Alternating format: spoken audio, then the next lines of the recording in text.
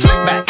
No, slick back. That's what I said. Slick back. No, nigga, I'm a pimp named Slick back. Pimp named Slick back. Pimp named Slick back. Nigga, are you deaf? I'm a pimp named Slick.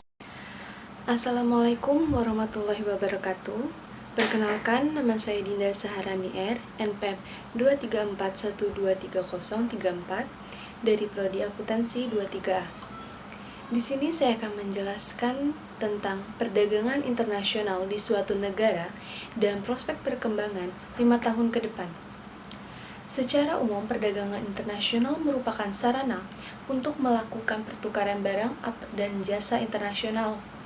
Dalam 5 tahun terakhir, perdagangan internasional telah tumbuh dan berkembang secara drastis dan dalam ukuran yang besar.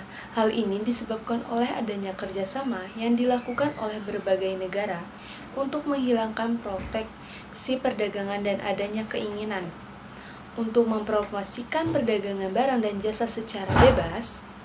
Perdagangan internasional merupakan elemen penting dari proses globalisasi, membuka perdagangan dengan berbagai negara di dunia akan memberikan keuntungan dan membawa pertumbuhan ekonomi dalam negeri, baik secara langsung berupa pengaruh yang ditimbulkan terhadap alokasi sumber daya dan efisiensi, maupun secara tidak langsung berupa naiknya tingkat investasi. Setiap bentuk hambatan dan proteksi merupakan sumber distorsi pada perdagangan internasional yang harus dihindari dan dihapuskan. Pada tahun 1995, terbentuk Organisasi Perdagangan Dunia (WTO), yaitu World Trade Organization. WTO berperan besar dalam mempromosikan perdagangan bebas dalam proses globalisasi. Tujuan utama dari didirikannya WTO adalah untuk mendorong dan mengembangkan liberalisasi perdagangan dan menyediakan sebuah sistem perdagangan dunia yang aman. WTO berperan besar dalam menjalankan setiap aturan yang telah ditetapkan dalam setiap perjanjian perdagangan dunia, seperti Uruguay Road II dan perjanjian pada GATT, General Agreement on Trade and Trade. Salah satu konsekuensi dari lahirnya perjanjian dalam WTO adalah bahwa setiap negara yang ada di dunia akan berada dalam level dan tingkat yang sama dalam perdagangan internasional. Keadaan ini menjadikan negara-negara yang sedang berkembang berada dalam skenario ekonomi global dan bersaing dengan negara-negara maju. Liberalisasi perdagangan merupakan tantangan bagi negara-negara miskin dan negara-negara yang sedang berkembang untuk bisa mempertahankan ekonomi dan ikut dalam persaingan global. Dan secara etimologis, perdagangan adalah segala bentuk kegiatan menjual dan membeli barang atau jasa di suatu tempat yang di sana terjadi keseimbangan antara kurva permintaan dengan penawaran pada suatu titik yang biasa dikenal dengan nama titik equilibrium. Sedangkan internasional berarti dunia yang luas dan global, bukan parsial ataupun satu kawasan tertentu.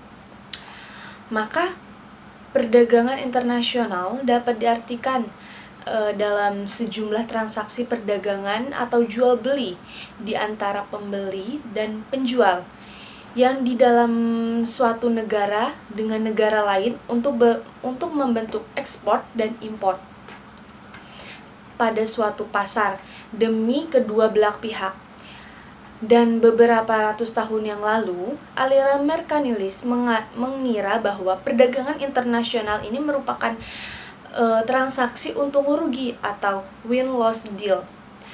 Mereka mengatakan bahwa perdagangan internasional merupakan transaksi yang saling menguntungkan atau win-win deal karena beberapa alasan berikut. Yang pertama, perdagangan internasional.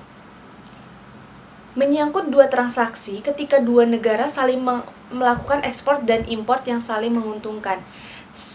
Contohnya, jika Indonesia sama sekali tidak mengimpor